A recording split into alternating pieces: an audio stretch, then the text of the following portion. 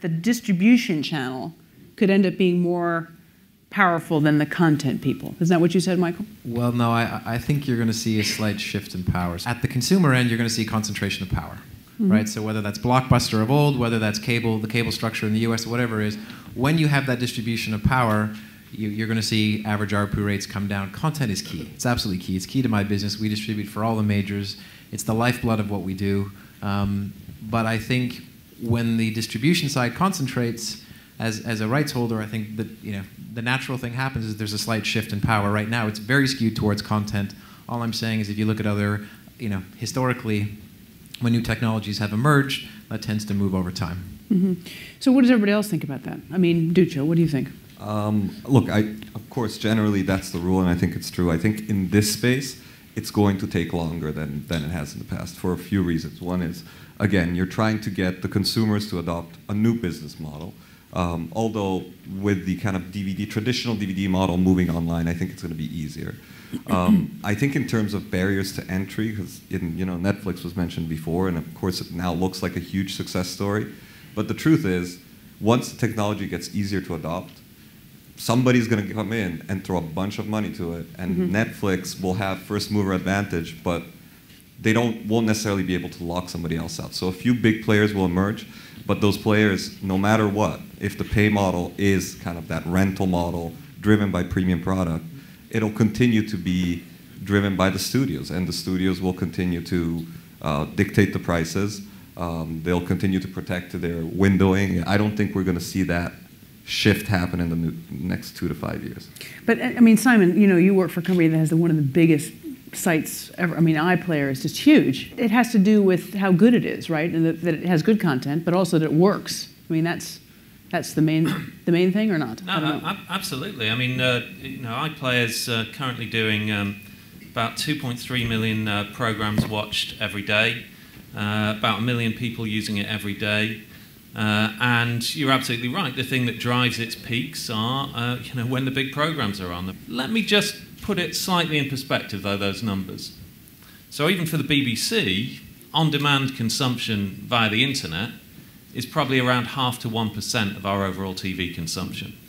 And it's growing big, but that's still, even if it grows, even if it doubles every year, it's still going to take a little bit of time before it cannibalizes, the core TV business that we've got. And we may come back in a bit to some of the, there's a lot spoken about how the arrival of on-demand, the internet, etc., forecasts the death of TV and channels and brands and the kind of things that audiences hold true to at the moment.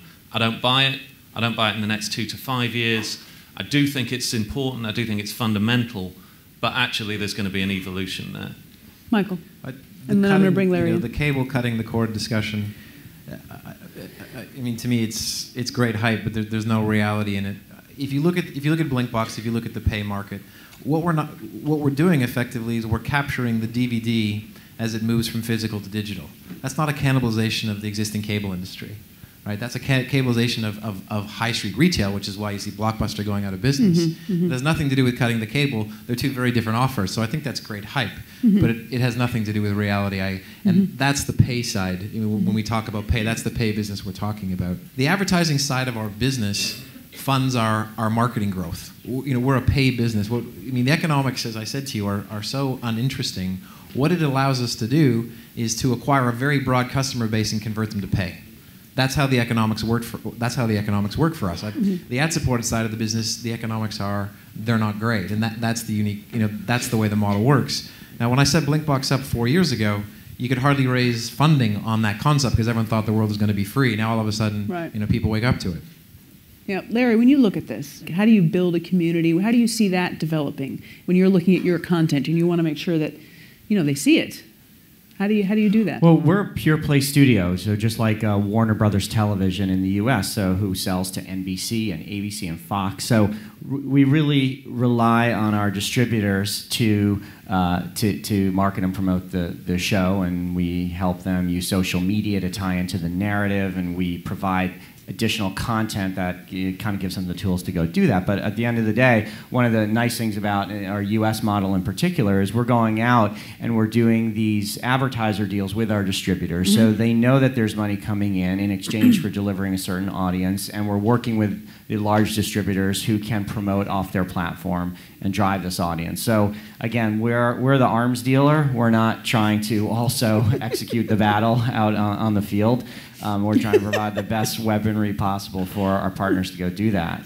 The thing that's coming up on the rails is how you manage these audiences, and we talked a bit about it from social media and stuff like that. That if you look at all the broadcasters in the UK, it's only the BBC with any significant reach online, and I imagine that's probably the case around the world. There are very few broadcasters who have both a big TV audience and their own online audience, and I think that means they either have to partner or go and find the audience. And I think Joanna Shields yesterday was talking... She's from Facebook. From Facebook, slightly controversially maybe, that the time is here for sharing of content rather than searching for content, because that plays to the Facebook business model very well against the Google model. But I think both of those, whether it's your linking or Joanna sharing of content, I think content producers, aggregators and broadcasters are going to have to understand an audience much better in a highly fragmented world.